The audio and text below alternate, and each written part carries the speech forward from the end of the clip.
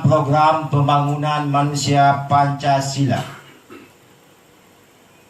berusaha untuk suci hati, suci ucap, suci akhlak, stop kebencian. Karena kebencian itu satu, merusak ayat-ayat Tuhan. Ayat-ayat Tuhan di sini ayat-ayat yang di dalam diri masing-masing, yang terpancar di dalam rongga dada masing-masing. Karena Tuhan itu menginformasikan kepada makhluknya manusia. Ayat-ayat ini hidup untuk manusia yang hidup dan dihidupkan. Jadi kita hidup ini perlu bapak-bapak, ibu-ibu ketahui bahwa hidupnya kita ini hidupnya kesaktian Tuhan, kekuasaan Tuhan. Di dalam Pancasila, ketuhanan yang Maha Esa, merasakan kekuasaan Tuhan, merasakan kesaktian Tuhan. Ada desakan-desakan gaib yang ada di diri, di kalbu kita masing-masing. Sebab di dalam kalbu diri kita masing-masing itu rusaknya daripada nilai kebencian. Nah, kebencian di sini bermacam-macam karena ada sifat-sifat yang di rongga dada itu sifatnya yang menjauhkan diri kita daripada sifat-sifat Tuhan. Ini yang tidak boleh di program pembangunan manusia Pancasila, yang sifatnya kebencian sesama manusia, siapapun. Apalagi kita menyebut nama Tuhan. Setiap menyebut nama Tuhan ini ada kesejukan. Disitulah dinilai ayat-ayat Tuhan. Artinya jangan sampai merusak ayat-ayat Tuhan yang ada di dalam diri kita masing-masing. Sebab Tuhan itu setiap malam memberikan informasi kepada makhluknya manusia untuk disalurkan kepada rohani. Nah, siapa rohaninya pada saat itu mengurangi tidur malam, tidak tidur malam, ini ada rasa penghayatan, ada rasa persentuhan, nyambung kayak remote TV, dipencet hidup TV, terasa dan teraba kesaktian Tuhan, kekuasaan Tuhan. Nah, ini hidupnya harus dihidupkan. Nah, itu yang dikatakan kebencian merusak ayat-ayat Tuhan. Kedua, merusak kesejahteraan. Dengan adanya saling benci, saling iri, saling dengki, saling tuduh menuduh, saling fitnah memfitnah. Apalagi kita yang menyebut nama Tuhan, tidak ada rasa kesejukan, akhirnya terganggu kesejahteraan kita. Kita sempat berpikir dan tidak nyaman untuk berpikir karena terganggu oleh ulah tingkah laku manusia yang katanya menyebut nama Tuhan, cuman tidak cocok dan tidak pas di dalam bahasa Tuhan. Karena Tuhan sendiri, nama-nama Tuhan itu baik, sejuk, enak, dan membuat kita tentrem, damai. Itu dikatakan kita Tuhan, menyebut Tuhan. Ketiga, dengan kebencian kita merusak rezeki. Baik-baik kita itu hari ini kita akan diberi lebih, namun karena kekotoran nilai-nilai kebencian tadi jadi cukup untuk makan. Artinya untuk lebih itu tidak diberikan lagi oleh Tuhan, hanya sebatas makan. Keempat, kebencian merusak jalan hidup. Ya jelas, kenapa merusak jalan hidup? Karena otak, hati, jasad kita kotor. Dibikinnya kita malas. Untuk ingat Tuhan pada malam hari, bangun malas. Itu yang merusak hidup. Jalan hidup. Akibat malas, semuanya jadi macet. Macet segala hal, segala bidang.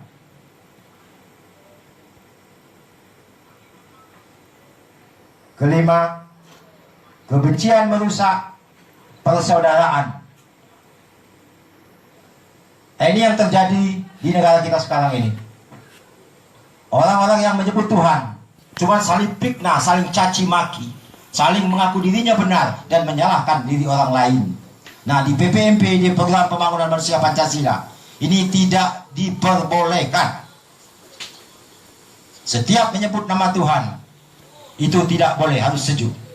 Nah, di sini PPMP Program Pembangunan Manusia Pancasila tanpa dengan Program Pembangunan Manusia Pancasila itu bohong. Nah, program Pembangunan Manusia Pancasila harus menerima sinar daripada Tuhan itu sendiri melalui sumpah pancaran sinar ilahi serah terima. Ini kita ini untuk menghidupkan roh Pancasila itu sendiri. Jadi menerima sumpah Pancasila supaya hidup roh Pancasila di diri pribadi manusia itu masing-masing. Ini. Keenam, merusak persatuan. Di negara kita Bhinneka Tunggal Ika. Komitmen di dalam negara Republik Indonesia, Undang-Undang Dasar Pancasila, NKRI Bhinneka Tunggal Ika. Ini sudah tertata rapi oleh nenek moyang kita. Jadi tidak perlu dirusakkan. Ini sejarah.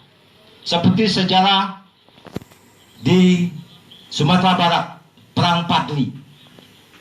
Nah, ini. Dan banyak lagi sejarah-sejarah yang lain. Jadi kalau kita di Program Pembangunan Manusia Pancasila itu menghidupkan roh Pancasila, nyawa kita, napas kita. Kenapa? Kata kita, Tuhan dekat. Tapi kita masih seolah-olah jauh. Nah, di mana letaknya Tuhan? Kata Tuhan dekat. Nah, di Program Pembangunan Manusia Pancasila ini dikasih tahu bahwa Tuhan itu dekat daripada urat leher. Urat leher itu di mana? Arahnya ke jantung atau ke hati. Nah, ini. Di dalam lubuk hati ini bersemayamnya ada roh Tuhan atau nyawa. Ini. Untuk menghidupkan itu otomatis menerima sumpah Pancasila. Kalau tidak itu tidak bisa. Ini perlu bapak-bapak ketahui untuk syiar, untuk mengajak sesama anak bangsa di negara Republik Indonesia. Ketujuh, kebencian merusak kedamaian. Jelas kita itu dengan adanya kebencian itu salah, artinya untuk orang lain. Untuk diri kita sendiri itu tidak masuk petunjuk-petunjuk Tuhan, sifat-sifat Tuhan. Nah, di sini Program Pembangunan Manusia Pancasila menekankan kepada Bapak Ibu yang setelah menerima selalu berusaha untuk sucikan hati, sucikan ucap, sucikan akhlak. Ini penekanan untuk hadirnya pancaran sinar ilahi yang ada di rongga dada kita masing-masing, karena di rongga dada ini banyak sekali penyakit-penyakit hati. Itu yang tahu duduk tegaknya itu Tuhan. Justru itu bapak-bapak, ibu-ibu yang sudah menerima pancaran sinar ilahi, supaya ditekan rajin, dipaksa untuk tiap malam itu mengurangi tidur malam, supaya informasi Tuhan, karena informasi Tuhan melalui malaikat Jibril. Kalau dulu kitab-kitab suci itu dikatakan kitab-kitab suci itu informasi Tuhan melalui malaikat Jibril kepada para rasul dan nabi. Apakah kitab ayat-ayat Tuhan tadi, informasi Tuhan tadi apa habis? Tidak. Itu kepada orang-orang yang mengurangi tidur malam dan tidak ada rasa kebencian. Itu akan hadir. Hadir ke rohani, menyentuh jasmani. Dari jasmani ini, kenapa ada jasmani? Di sini ada gravitasi, gaya tarik orang yang menyebut Tuhan itu mendapatkan satu kekuasaan Tuhan, mendapatkan keadilan Tuhan, mendapatkan pengasih Tuhan, mendapatkan penyayang Tuhan, pelindung Tuhan, penolong Tuhan, penyelamat Tuhan. Jadi seorang yang sudah menyebut nama Tuhan dari lubuk hatinya, dari aliran darahnya, dari aliran jantungnya, dari panca inderanya, dari rohaninya, terus menerus menyebut nama Tuhan, otomatis ada sentuhan, ada penyelamatan terasa dan teraba. Ini jangan sampai kita menyebut Tuhan cuman masih diri kita masih menyepelekan. Sebab diri kita ini memang sejarah. Kenapa manusia diciptakan dari tanah liat? Karena tanah liat ini kalau dikasih air benyek becek, kalau panas retak. Sudah itu kita gambarkan lagi, manusia ini benang merah, artinya benang kusut. Gampang nian dia kalau dicaci maki atau dihina marah, tapi kalau disanjung, diangkat, dipuji senang nian. Apalagi dimaafkan orang senang nian.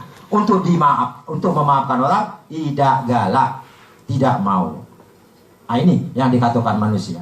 Tetapi manusia ini seluruh makhluk Tuhan, ini manusia yang baik, bagus, sempurna, mengalahi seluruh makhluk yang lain, termasuk malaikat dan iblis dan jin setan. Kenapa? Jin setan itu kalau mau mendapatkan informasi ayat-ayat Tuhan itu kena panah. Jadi kerja jin setan itu cuma berbuat jahat, ngajak orang jahat, ngajak orang tidak benar. Tapi kalau malaikat selalu memberikan informasi yang baik kepada manusia. Tapi kalau manusia ini, jadi manusia ini fasilitas Tuhan, perkakas Tuhan, manataris Tuhan.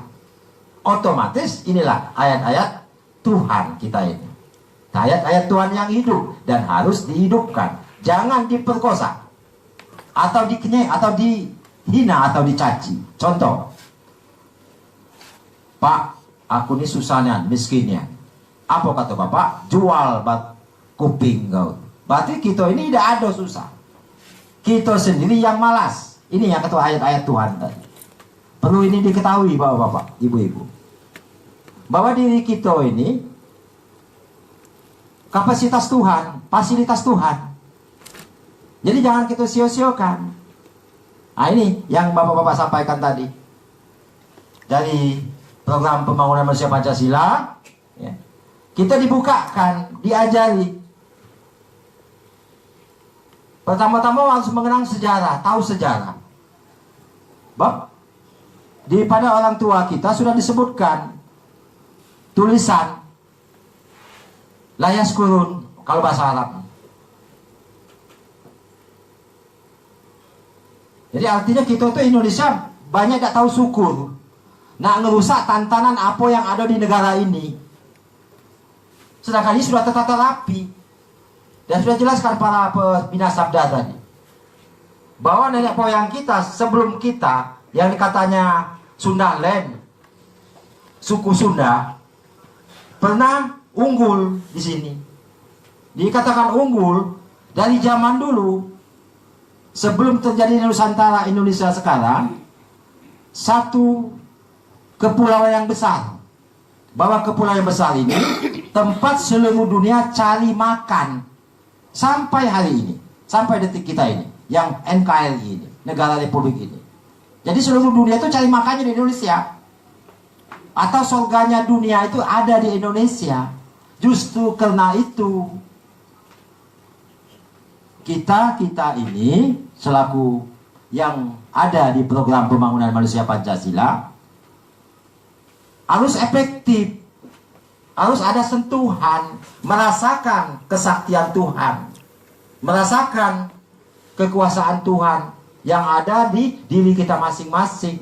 Jadi semangat kita untuk berbuat baik, membuktikan bahwa kita ini orang-orang yang menyebut Tuhan harus baik dari segala hal, dari ucap, dari penampilan. Jadi penampilan itu sendiri membuat gaya gravitasi kita. Senang orang melihat kita, sejuk orang melihat kita.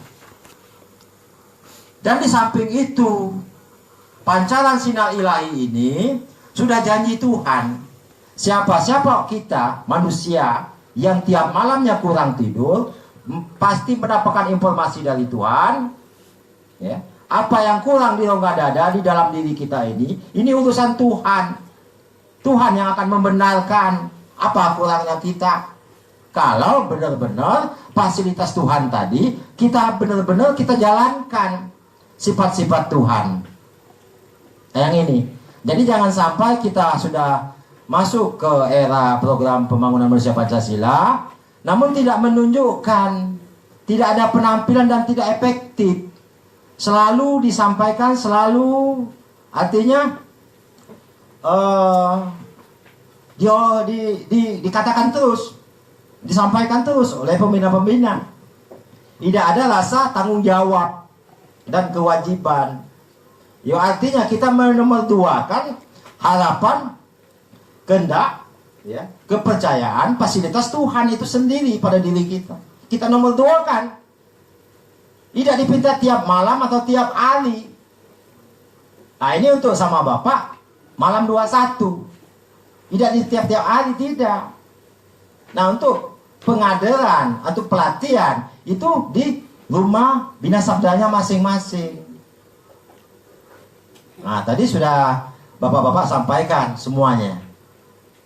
Ya pertama-tama dari koordinator ya di Suparmi itu sejarah, ya, sejarah daripada PPMP itu sendiri. Yang kedua itu dari Pak Daru masalah etika, sopan santun. Jadi benar, sebelum adanya agama di Indonesia, kita ini sudah diajar etika sopan santun. Itulah manusia unggul. Jadi walaupun kita lihat burung Garuda terbang, dipegangnya itu Bhinneka Tunggal Ika. Jadi berbeda-beda, bersuku-suku, berbangsa-bangsa kita ini. Apalagi kita Indonesia, provinsinya 34. Kepulauan 714 kada salah. Bahasa daerahnya berarti 316 sampai 480. Nah, kalau di negara lain paling kencang 5. Nah, ini yang dikatakan Bhinneka Tunggal Ika berhadapan yang dikatakan Indonesia unggul zaman itu. Sampai sekarang, yang ini bakal dirusak. Ini tidak bisa.